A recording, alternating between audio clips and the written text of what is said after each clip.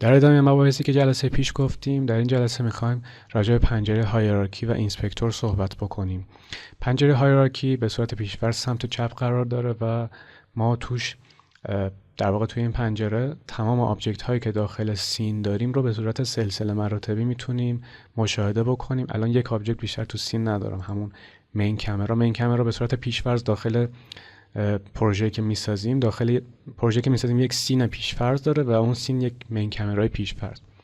در واقع بدون کامرا بازی ما چیزی برای نشون دادن نداره. جلوتر میبینیم که کامرا چی کار میکنه. من الان مثلا چند تا آبجکت خالی بسازم.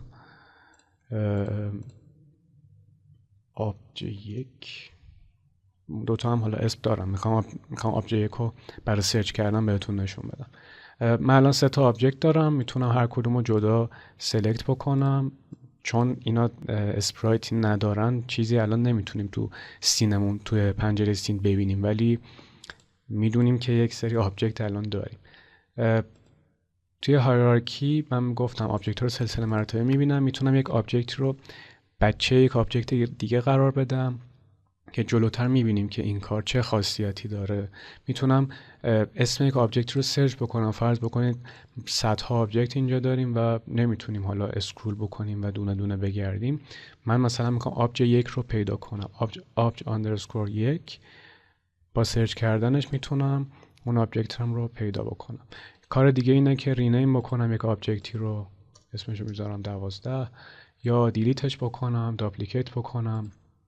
پنجره بعدی که میخوایم راجع به صحبت کنیم پنجره اینسپکتور هست. اگر دقت کرده باشیم من هر آبجکتی رو که انتخاب میکردم اینجا اینسپکتور یه سری تغییراتی میکرد. مثلا کامرا رو انتخاب میکنیم یا آبجکت هایی که ساختیم رو میبینیم که شکلش متفاوت میشه. اینسپکتور پنجره‌ایه که در واقع به ما پراپرتی های یک آبجکت یا خواص یک آبجکت رو ما میتونیم اینجا مشاهده بکنیم. این اسمایی که میگم اگر براتون ناآشناست نگران نباشین، جلوتر اگر نیاز باشه بهشون اشاره میکنیم. مثلا ما هر آبجکتمون میبینیم که یک سری کامپوننت بهش اد شده. کامپوننت این خطهای جدا کننده رو که میبینید نشون دهنده، هر کدوم نشون دهنده یک کامپوننته. ما اینجا یک کامپوننت ترانسفورم داریم، کامرا و آدیو لیسنر. میتونیم کامپوننت های دیگه اضافه کنیم که هر کامپوننت خواص متفاوتی رو به یک آبجکت اضافه میکنه.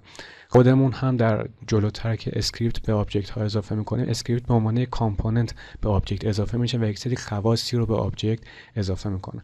حالا غیر از بحث کامپوننت ها، ما میتونیم توی پنجره اینسپکتور یک آبجکتی رو که انتخاب کردیم اسمش رو دوباره عوض بکنیم، آبجکت خالی، بهش تگ بدیم و لیرش رو انتخاب بکنیم که حالا جلوتر با تگ آشنا میشیم، یا از طریق کامپوننت ترانسفورم که یک کامپوننت مهمی هستش میتونیم مثلا مکانش رو تغییر بدیم. ما توی سینمون آبجکت رو سلکت کردیم و جابجا کردیم. همین کار رو میتونیم توی ترانسفورم هم مثلا انجام بدیم. ایکسش رو من میذارم 2، وایش رو میذارم 5، میبینیم که آبجکتمون حرکت کرد. خب توی این جلسه و جلسه پیش راجع به پنجره ها صحبت کردیم. این مبحث تموم هستش و انشالله جلسه آینده وارد مبحث جدید میشیم.